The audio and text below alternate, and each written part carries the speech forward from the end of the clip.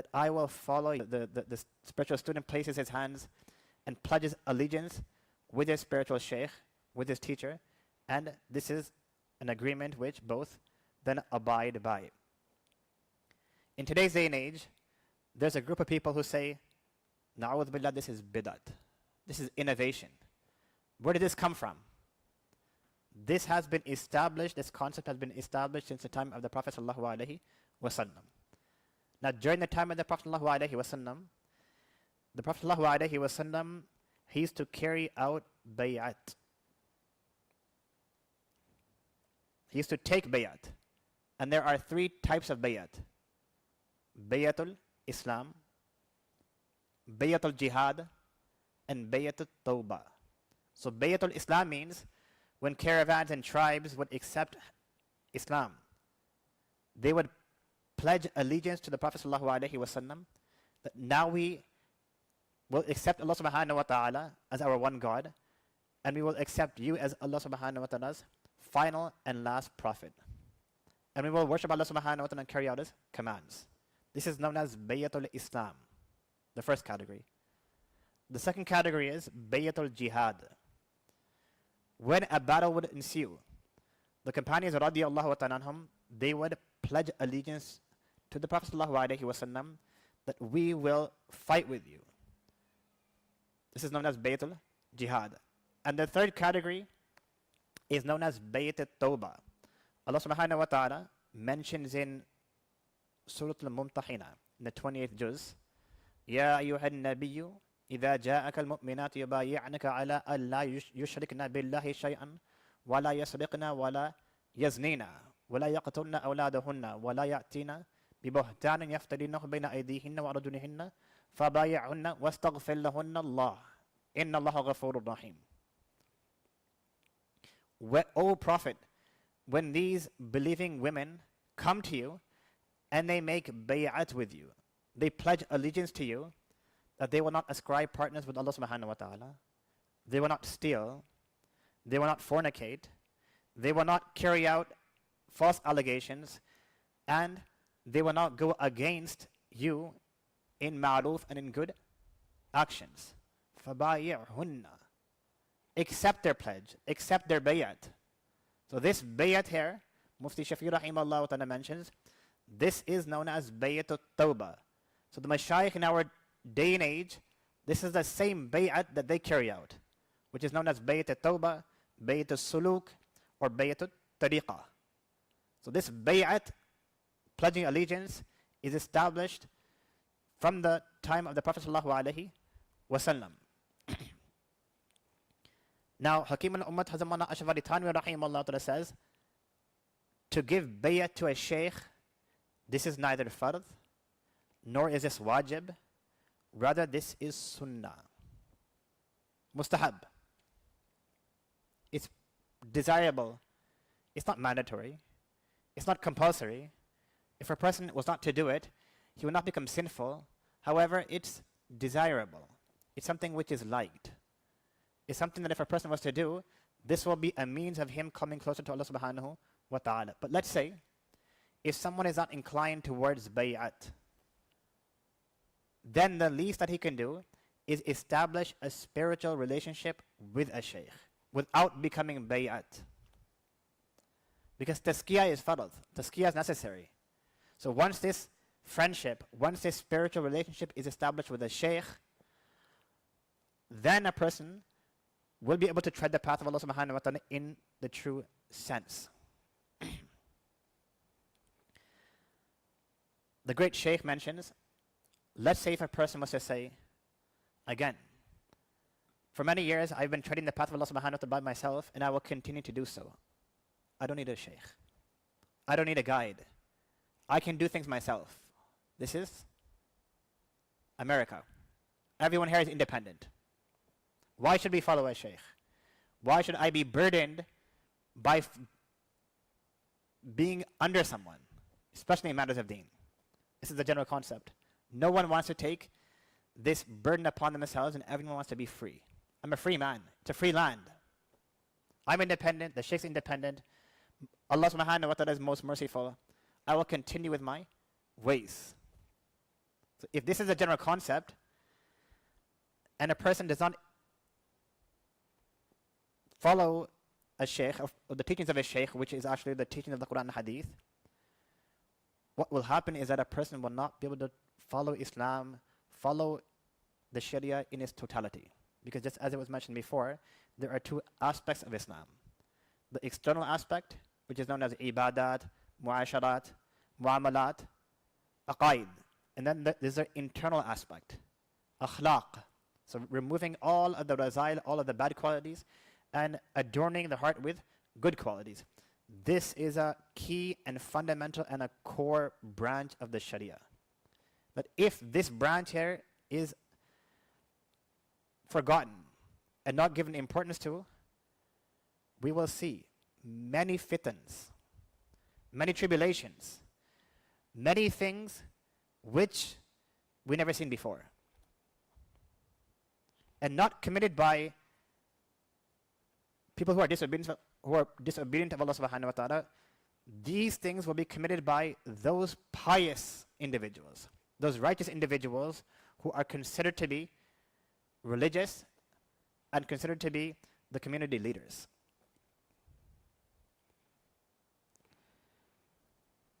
May Allah subhanahu wa ta'ala protect us all. May Allah protect us all. So one benefit of establishing a spiritual relationship with a shaykh is that when a person is benefiting from a shaykh in person, his personality, his company, just as our respected Mufti Sahib mentioned yesterday, the benefits of company, a person's company, it has immense benefits and immense and a very great impact on a person's personality and his morals. So the sheikh's company, the sheikh's good characteristics, the sheikh's good morals then rub off onto those people who are benefiting from him. And on the contrary, if a person wants to benefit from books only, he has his books, he's reading upon different topics and different subjects on tazkiyah. This is what tazkiyah means. This is the importance of good company. This is the importance of dhikr. He's just benefiting from books, and he's not benefiting from a shaykh in person. There'll be a great and a vast difference. He may misunderstand something. And if he was to understand something correctly, it becomes very difficult to treat that illness. And let's assume if he was to treat that illness, if that illness was to come back again, what will he do?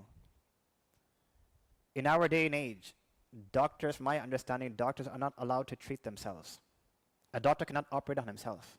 If a doctor is sick, if a doctor is in need of treatment, he cannot treat himself. He needs other doctors to treat him.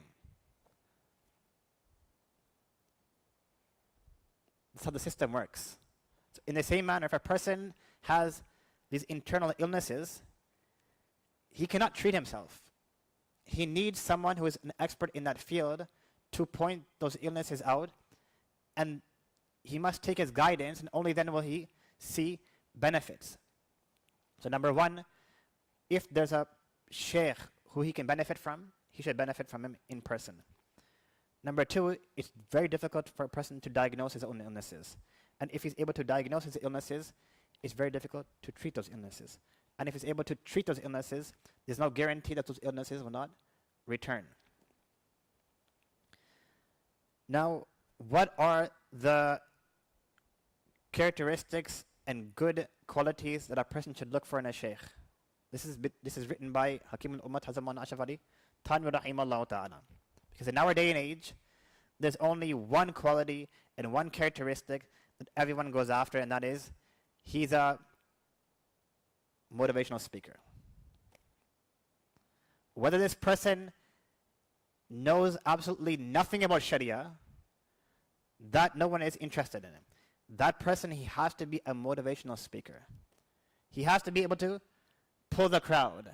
If he can pull the crowd, if he can give a motivational speech, an eloquent speech, this is our shaykh.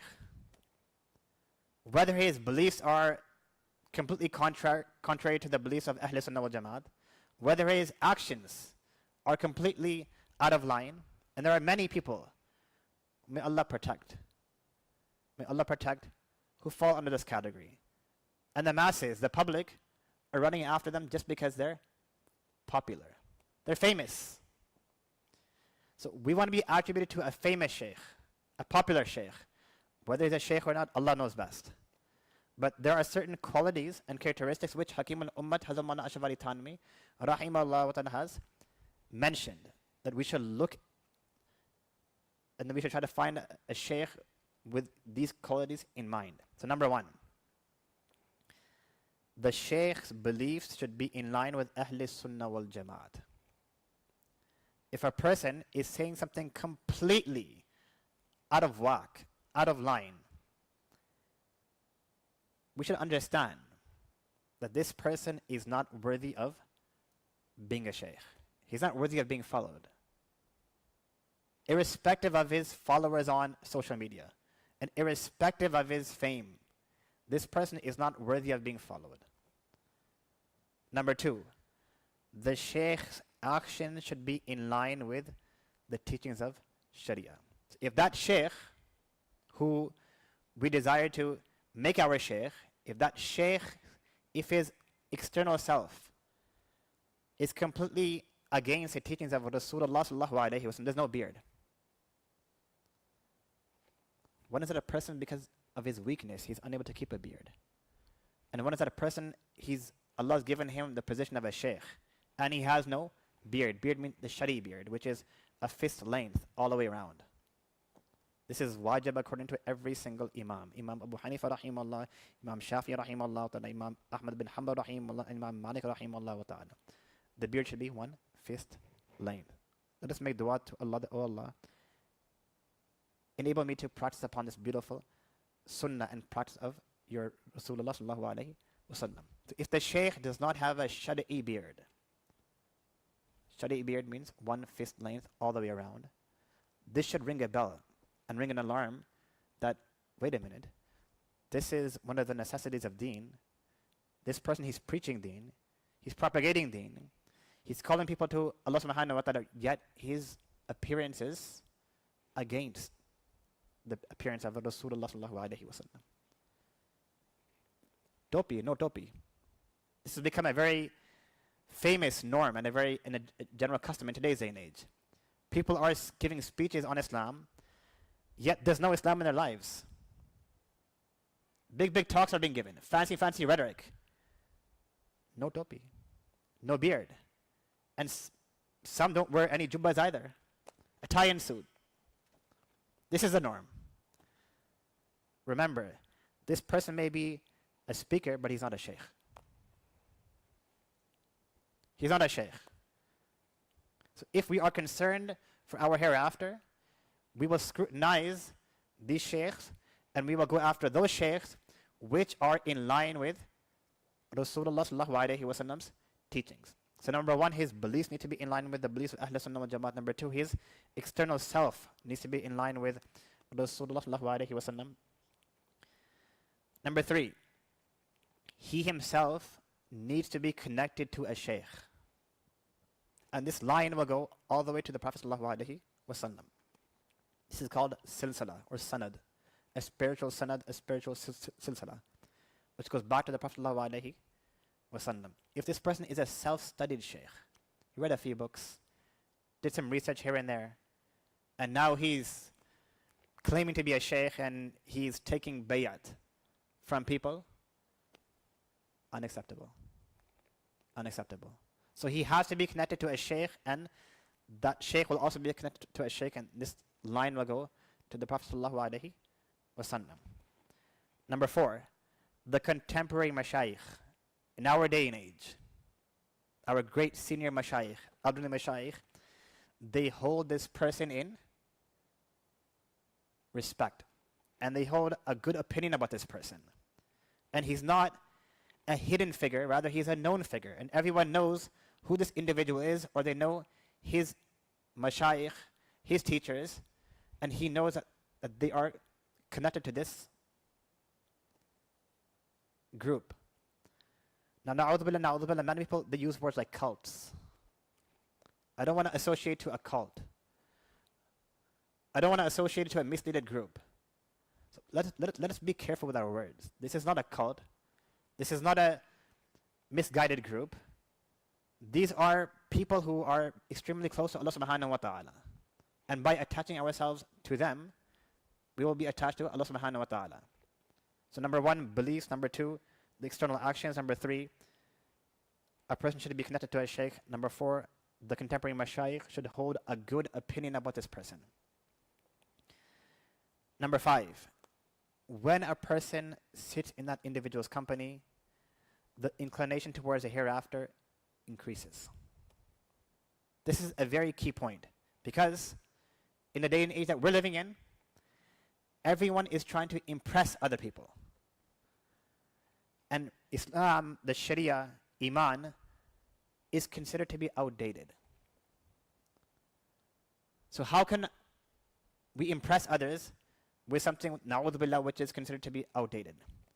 So many people, they just change their course of action. Before it was Islam, Iman, Tazkiyah. Now it's worldly talk. It's worldly talk. So is inclination towards worldly benefits, materialistic benefits, is that increasing? Or is inclination towards the hereafter increasing?